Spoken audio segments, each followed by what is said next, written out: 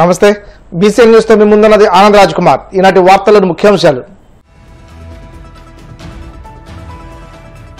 అన్నదాతలను పరామర్శించే అర్హత జగన్ కు లేదు. వైసీపీ అధినేతపై నిప్పులు చెరిగిన మంత్రి నిమ్మల రామనాయుడు.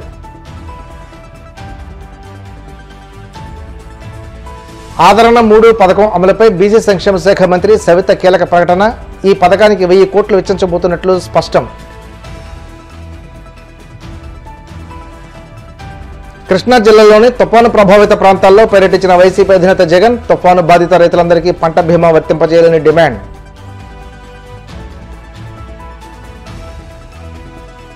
లాలూ రబ్రీదేవి పాలన జంగిల్ రాజ్ అంటూ అమిత్ షా తీవ్ర విమర్శ. కొడుకులను ప్రధాని సీఎం చేయాలని సోనియా లాలూ చూస్తున్నారని ఎద్దేవా. పశ్చిమ గోదావరి జిల్లా పాలకొల్లులోని మొంతా తుఫాను ప్రభావిత ప్రాంతాల్లో మంత్రి నిమ్మల రామనాయుడు పర్యటించారు. కట్టుకాల్వ యలమంచిలంక గ్రామాల్లో మత్స్యకార కుటుంబాలను పరామర్శించారు. బాధితులకు 50 కిలోల బియ్యం, నిత్యావసర సరుకులు అందించారు.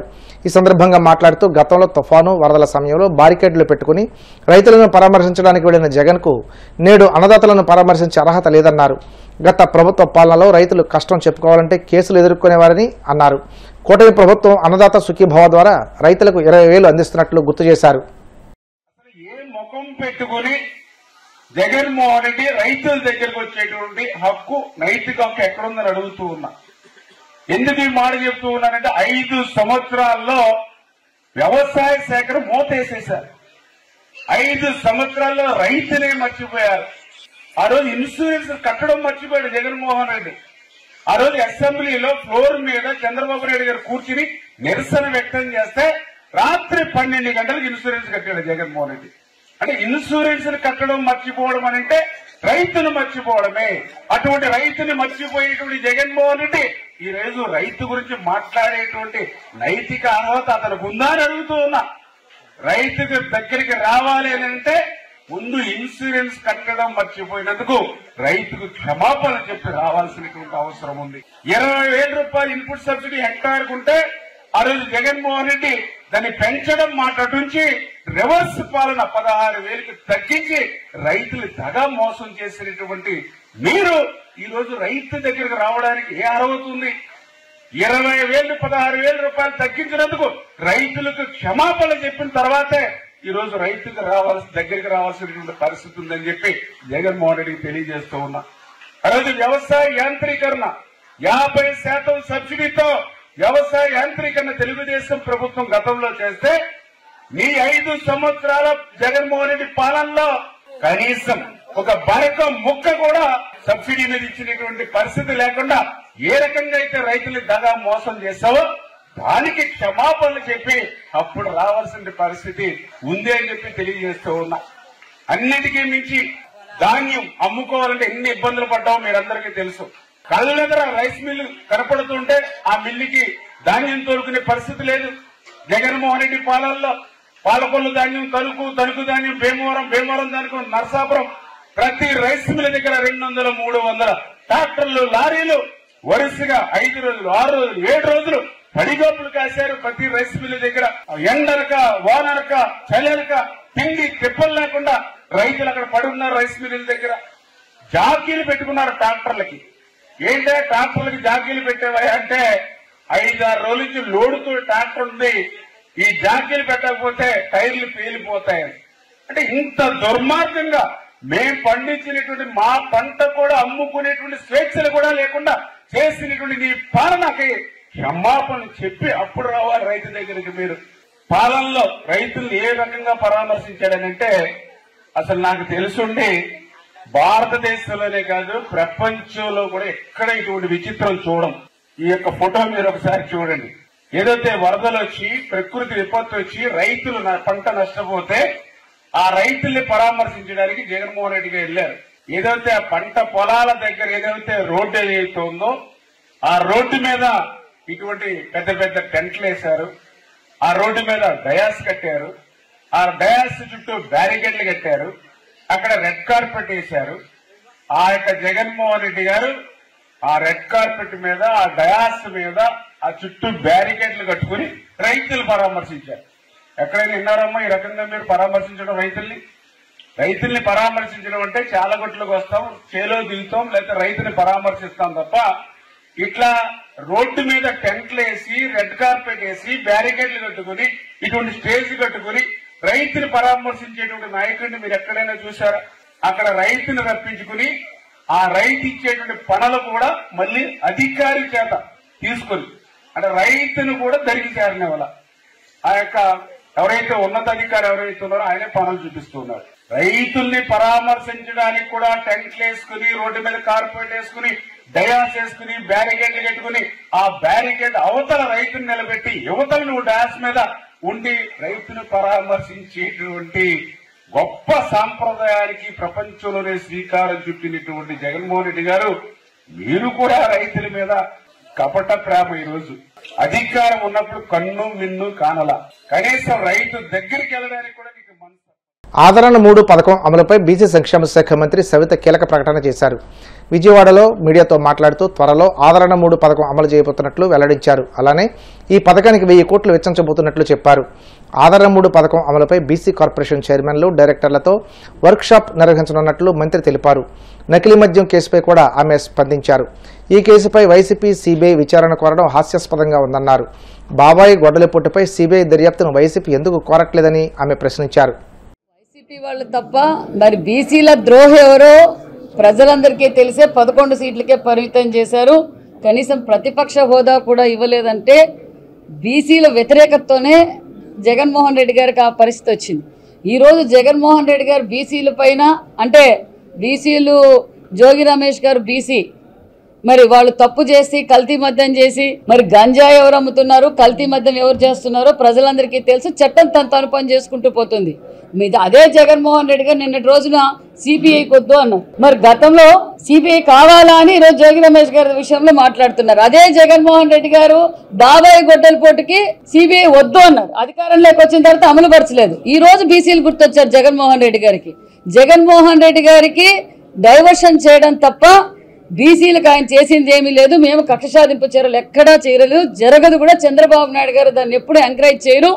చట్టం తన పని చేసుకుంటూ పోతుందన్న విషయం మీకు తెలియజేస్తుంది. బీసీల అభివృద్ధి చంద్రబాబు నాయుడు గారు లక్ష్యం అన్న విషయం కూడా తెలియజేస్తూ ఈరోజు రివ్యూ పెట్టాం. మరి గతంలో మనం చూసాం, గత 5 ఏళ్ళు నా బీసీలు నా ఎస్సీలు నా ఎస్టీలను ఓటు వేయించుకున్న జగన్మోహన్ రెడ్డి ఏ విధంగా మోసం చేశారో, బీసీలు ఏ విధంగా నష్టపోయారో మనం అందరం చూసాం.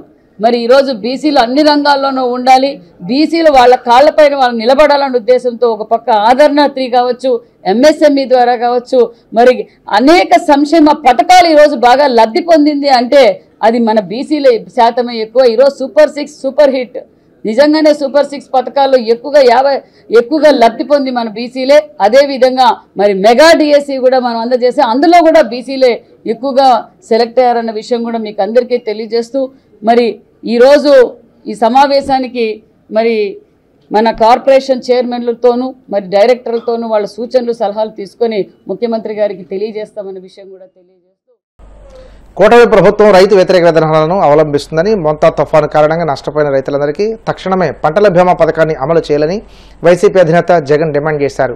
కృష్ణా జిల్లాలోని తుఫాను ప్రభావిత ప్రాంతాల్లో పర్యటించిన జగన్ పంట నష్టపోయిన రైతులను కలిసి వారి సమస్యలు అడిగి తెలుసుకున్నారు. ఈ సందర్భంగా మీడియాతో మాట్లాడుతూ రాష్ట్ర వ్యాప్తంగా మొంతా తుఫాను వల్ల 15 లక్షల ఎకరాల్లో పంటలు దెబ్బతిన్నాయని, కేవలం వరి పంటే 11 లక్షల ఎకరాల్లో నష్టం వాటిల్లిందని ఆవేదన వ్యక్తం చేశారు. నష్టపరిహారం ఎగ్గొట్టేందుకు ప్రభుత్వం పంట నష్టం అంచనాలను తూతుమంత్రంగా చేపట్టిందని ఆరోపించారు. పొలంలో ఉన్న రైతన్నను ఆశ్చర్యం కలిగించే విషయాలు చెప్తా ఉన్నాడు. ఈ రైతన్నను అడిగే, అన్న మీ పంటలేకి ఎవరైనా ఎన్యూమరేషన్ చేయడానికి ఎవరైనా వచ్చారా అని. ఈ రైతులే కాదు, ఎక్కడ రాష్ట్రంలో ఉన్న ఏ రైతులు అడిగినా కూడా, అన్న ఎవరి పొలంలోకి కూడా ఏ రైతు దగ్గరికి కూడా పొలంలోకి ఎవరు కూడా ఎన్యూమరేషన్ కు రాలేదన్న అన్న మాట వినిపిస్తుంది. కృష్ణా కలెక్టర్ ఇచ్చిన ప్రొసీడింగ్, ఈ ప్రొసీడింగ్స్ లో కృష్ణా కలెక్టర్ ఏమంటాడు తెలుసా? 30వ తారీఖు తను ఈ ప్రొసీడింగ్స్ ఇస్తూ తను ఏమంటాడు, enumeration of crop damage and social audit, enumeration అయిపోవాలా, సోషల్ ఆడిట్ అయిపోవాలా, to be completed by 31st, అంటే ఒక రోజు. 30వ తేదీ ప్రొసీడింగ్స్ ఇస్తాడు, 31వ తారీఖు కల్లా సోషల్ ఆడిట్ అయిపోవాలా, ఎన్యూమరేషన్ అయిపోవాలంటాడు. And any grievances shall be redressed immediately. ఒక రోజు టైం. అంటే ఎంత నిర్దాక్షిణ్యంగా ఇల్లు ఎవడు కూడా ఇలా టైం ఇచ్చింది ఒక రోజు. అంటే దాని అర్థం ఏంది? ఎన్యూమరేషన్ అనేది ఎవడు కూడా పంట పొలాలకు వచ్చి చేసే కార్యక్రమం జరగదు. అసలు ఎన్యూమరేషన్ అంటే ఏమిటో తెలుసా? చంద్రబాబు నాయుడు గారిని అడగాలి ఫస్ట్ ఈ పాయింట్. సో సుంకు విరిగిపోయిందా లేదా అని చూడాలి. పొలంలోకి వచ్చి దిగి చూడాలి, ఎన్యూమరేషన్ చేసేవాడు. ఇది చూడకుండా, ఇది చెయ్యకుండా ఎన్యూమరేషన్ అయిపోయిందని అంటున్నారు. ఎన్యూమరేషన్ మాది జరగలేదు, మా దగ్గరికి ఎవరు రాలేదు అని అంటే వెటకారం చేసి మాట్లాడుతున్నారు వాళ్ళను. ఎన్యూమరేషన్ మాత్రం రైతు పరిస్థితి ఎలా ఉంది అని తెలుసుకోవాలంటే ఒక్కసారి గ్రాస్ రూట్ లేక ఒకసారి వచ్చి గ్రౌండ్ మీదకి ఒకసారి వచ్చి తిరిగితే అర్థం అవుతుంది. కారణం ఏమిటి అని అంటే ఎంత నిర్దాక్షిణ్యంగా ఈ ప్రభుత్వం వ్యవహరిస్తా ఉంది, ఎంత నిర్దయగా ఈ ప్రభుత్వం వ్యవహరిస్తా ఉంది అని చెప్పడానికి ఉదాహరణలు శతకోటి కనిపిస్తా ఉన్నాయి. నిజంగా ఈ మోంతా అనే ఈ తుఫాను దాదాపుగా 25 జిల్లాలపై ఈ తుఫాను ప్రభావం పడింది. గోదావరి పై నుంచి శ్రీకాకుళం దాకా దాని ఇంపాక్ట్, ఇటువైపున చూస్తే కర్నూలు దాకా కూడా ఈ మోంతా తుఫాన్ ఇంపాక్ట్ కనిపించింది. దాదాపుగా ఈ 25 జిల్లాలలో రాష్ట్ర వ్యాప్తంగా దాదాపుగా 15 లక్షల ఎకరాలలో పంట నష్టం జరిగింది. విశాఖలో జరిగిన east coast railway Waltair division committee సమావేశంలో కేంద్ర మంత్రి కింజరపు రామ్మోహన్ నాయుడు పాల్గొన్నారు. డివిజన్ పరిధిలోని పార్లమెంట్ సభ్యులు, రైల్వే అధికారులు పాల్గొన్న ఈ సమావేశంలో ఇటీవల చేపట్టిన పనుల పురోగతి, పార్లమెంట్ సభ్యులు ఇదివరకే చెప్పిన సమస్యలు, వాటి ప్రస్తుత స్థితి గురించి చర్చించారు. ఈ సందర్భంగా రామ్మోహన్ నాయుడు పలు కీలక సూచనలు చేయగా వాటి పరిష్కారానికి చర్యలు తీసుకుంటామని రైల్వే అధికారులు స్పష్టం చేశారు. అమృత్ భారత్ స్టేషన్లలో అభివృద్ధి పనులు ఆలస్యం పట్ల రామ్మోహన్ నాయుడు అసంతృప్తి వ్యక్తం చేశారు. త్వరితగతిన వాటిని పూర్తి చేయాలని ఆదేశించారు. Political leaders, the elected representatives, whenever they are necessary, we will touch the doorstep and we will get some things done, and that's it. The communication is being switched off and you do your work and the rest of the things only when necessary it is coming. But the continuous contact point, your contact point anywhere should be the Honorable MP. Through them you can reach out to the collector, through them you can reach out to the MLAs, through them you can reach out to the ground level state government. It becomes easier also when they take the responsibility and they get involved. So any issues that you have, you please communicate it to them, you get them involved in all the activities that are happening. And if we have a dedicated plan, in the next 1 year we have to complete all the Amrit Bharat stations in our Walter division and at a larger scale in East Coast division also. Let us reach to the honorable MPs and every 4 months we should do these inspections. You to institutionalize this, that every 4 months whatever agenda points we are discussing along with the Amrit Bharat stations, every 4 months we do. Otherwise once in a year we are coming, then the same issues we are continuing and discussing the same thing. It doesn't make sense. Everyone's time is very important.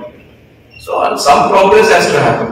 So when you discuss intermediary in those 4 months, then some debate team that is there here. Members of Parliament have taken time and they have come to this with a certain hope. Because otherwise they are all available. We speak to the DRM, we speak to the GM whenever necessary, and you also respond at different levels also. I give 4 to 5 pages. For last 8 years, most of the agenda has been same. But I think that if the communication improves, we will also cut down some agenda. We will know what is possible, what the work will be done, or the quality of the response that we get will be much higher. So I want to mention it to you that whatever this agenda points that we are discussing here, on top of the points that have been mentioned to you, have to be taken very, very seriously. One thing I was not truly happy with is not being mentioning the timelines and also by when it will be completed and the detailed approach that is required when we are doing some projects. These Amrit Bharat stations are the next big thing in railways here today. We have taken up almost 500 stations across the country. And whenever I have an interaction with the Honorable RM also, he quite proudly talks about these Amrit Bharat stations, and we discuss about how our terminals, airport terminals are growing, and he discusses about how the railway stations are developing, and we do a lot of exchange on these things.